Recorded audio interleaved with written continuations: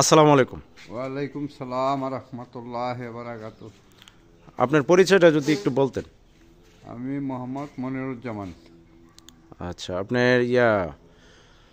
আপনার কাছে একটা প্রশ্ন করতে চাই। এটা হচ্ছে আদার রাতের বন্দিনী লেখক মাওলানা আমিরুল ইসলাম, ওনার ব্যাপারে যদি দুই একটা কথা বলতেন খুব সংক্ষেপে। উনি আমাদের এলাকার ভালো একজন আলেম। উনি এলাকার অনেক উন্নয়ন কাজ করছে, মসজিদ মাদ্রাসার এসবে উনি খুব ভালো মানুষ। এখন বর্তমান যে উনি কারাগারে বন্দি আছে, একটা মিথ্যা মামলায় বন্দি, এই ব্যাপারে আপনি একটু বলেন।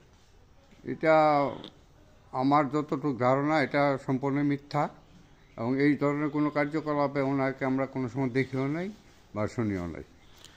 আচ্ছা, এখন আপনার বর্তমান সরকারের কাছে আপনার প্রত্যাশা কি?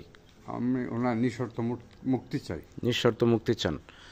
এখন ওনারে যে মামলাটা দেওয়া হয়েছে, এই মামলাটা মানে কি আপনার ধারণা যে আসলে এরকম উনি করতে পারেন, এই ধরনের কোনো আলামত কি কখনো দেখছেন এলাকায় ওনার? না, দেখিনি।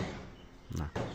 তো যাই হোক, আমরাও চাই যে বর্তমান সরকার এটা বিবেচনা করে বিগত সরকারের দেওয়া যে মিথ্যা মামলা 2001 সাল থেকে ওনাকে মামলা দেওয়া আগেও একবার গ্রেপ্তার করা হয়েছে, বর্তমান উনি কারাগারে আছে।